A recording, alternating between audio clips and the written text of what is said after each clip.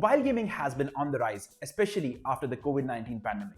Well, seems like ASUS is gearing up to launch its ROG 5, which is a gaming-centric smartphone and is considered one of the best lines if you want to buy a smartphone especially for gaming. First question you might have is, where is ASUS ZenFone 4? The number 4 is considered bad luck in Chinese. So as we have seen in the past year with the OnePlus 5 and some of the popular smartphones from Realme, they choose to entirely skip out on the number 4. And as for the specifications, the biggest highlight of this device is going to be a Qualcomm Snapdragon 888 system on chip. Let's have a look at the most interesting part. If leaks are to be believed, there is a secondary mini display, and this seems really interesting because it is on the back of the smartphone. And this will be used basically to show you Bluetooth connectivity, quick toggles like turning on Wi-Fi on and off, your battery percentage, and those kind of things. We have seen this kind of design on a few of the smartphones like the Vivo Nex, and it could come pretty handy. But here, since it is a small display, it will basically be just for style, as we have seen that ROG products, including laptops, have some bold design statements. And apart from that, one feature that was lacking with the ROG 3 was 65 watt fast charging. It had to make do with just 30 watt of fast charging. That might seem enough for normal users, but for gamers who are always gaming, it takes a toll on the battery and you want quick charging for that. So this time around, ASUS is going with a 6000 mAh battery, which will be made of two 3000 mAh cells and will support 65 watt fast charging. So that's nice to see. Apart from that, do expect to see a 6.78-inch AMOLED Full HD Plus panel.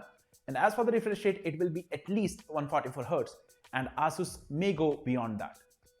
And as for the touch response rate, we have seen with Xiaomi that it could go to insane levels, and we expect the ASUS will be keeping its touch refresh rate to a very high number. Apart from that, the camera this time around does not see much upgrades because this is a 64 megapixel main sensor coupled with a 13 megapixel sensor as well as a 5 megapixel macro shooter.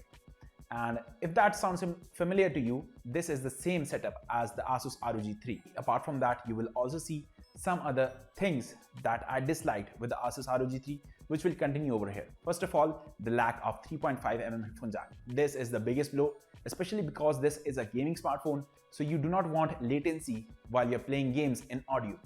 That was really disappointing with the ROG 3, but I do not see that trend changing. Apart from that, they have also excluded the SD card reader, which was pretty important, especially because games will take up most of your internal storage. So SD card is nice to have for movies, music, and that kind of stuff. But sadly, ASUS, to make more money, is going to skimp on that so that they can sell their higher internal storage variants. If you see the past track record, the updates are very slow. Generally with ASUS's ROG line of smartphones, they have always used an overclocked processor. Like in the previous year with the ROG 3, they chose to use the 865 Plus, and with ROG 2, they used the 855 Plus instead of 855. But those smartphones released in later half of the year, and this time around we will have a ROG smartphone right after the launch of Samsung Galaxy S series and much before its scheduled launch, as we have generally seen with the ROG smartphones. So what is the reason for this? So overall, we have seen that ASUS ROG 5, apart from that back display, is nothing special compared to the ROG 3. It will have the same shooting buttons and probably similar accessories as the ROG 3. So why this smartphone is launched?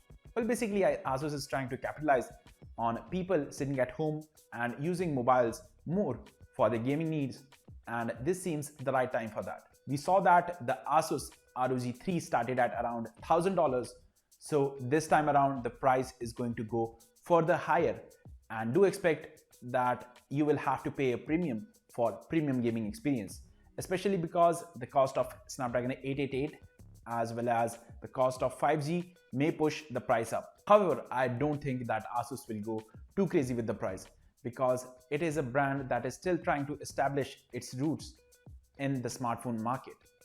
It is not as popular as Samsung, OnePlus, or Apple, and other brands have also started increasing their presence in the gaming smartphone segment. The update side of things is in a really bad place, and I do hope that ASUS fixes that, because I wouldn't pay my money for a device that is not supported in terms of software, and costs more than $1,000. So that's it for this video. If you liked it, click on the like button and also subscribe to my channel for more such videos. Thank you for watching. I'll see you in my next video. Bye.